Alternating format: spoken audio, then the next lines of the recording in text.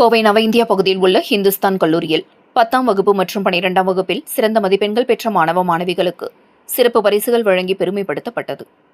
மாநில கொங்கு வேளாளர் கவுண்டர்கள் பேரவை மற்றும் கொங்குநாடு அறக்கட்டளையின் சார்பாக சிறந்த மதிப்பெண் பெற்ற மாணவ மாணவிகளை பாராட்டி பரிசளிக்கும் 10ஆம் ஆண்டு விழா நிகழ்ச்சி கோவை நவ இந்தியா பகுதியில் உள்ள ஹிந்துஸ்தான் கல்லூரியில் நடைபெற்றது. இதில் மாநில கொங்கு வேளாளர் கவுண்டர்கள் அறக்கட்டளை தலைவர் கொங்கு தேவராஜ் தலைமை தாங்கினார். வழக்கறிஞர் SP ராஜேந்திரன் வரவேற்புரையாற்றினார். முனைவர் குமாரசாமி முன்னிலை வகித்தார்.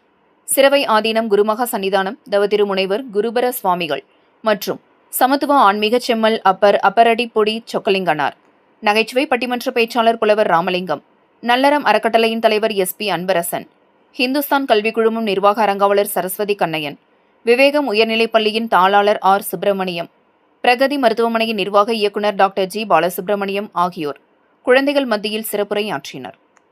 அதனைத் தொடர்ந்து சுமார் 750 குழந்தைகளுக்கும் மேல் பரிசுகளும், கோவையில் சிறந்து விளங்குகின்ற கல்லூரி, மருத்துவமனை மற்றும் பள்ளி நிர்வாகிகளுக்கு சாதனையாளர் விருதும், சரஸ்வதி கண்ணையனுக்கு கலைவாணி தாய் விருதும், விவேகம் உயர்நிலைப்பள்ளி சுப்பிரமணியனுக்கு கல்வி நெறி காவலர் விருதும், பிரகதி மருத்துவமனையினுடைய நிர்வாக இயக்குநர் டாக்டர் G பாலசுப்பிரமணியம் மனிதநேயம் மாமணி விருதுகள் வழங்கப்பட்டது.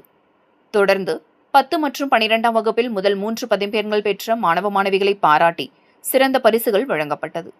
இந்த நிகழ்ச்சியில் மாநில இளைஞரணி செயலாளர் இன்போசிஸ் பிரபு, மாவட்ட இளைஞரணி செயலாளர் சித்தாபுதூர் செந்தில், மாணவர் அணி செயலாளர் மதன் மற்றும் கார்த்தி, ஹரி, மகளிர் அணியினர் கௌரி, செல்வி, வடிவு, இந்திராணி, கௌஷிகா, தேவி மற்றும் கொங்கு பேரவையினுடைய நிர்வாகிகள் மற்றும் அறக்கட்டளை நிர்வாகிகள் என பலரும் கலந்து கொண்டனர் என்பது குறிப்பிடத்தக்கது.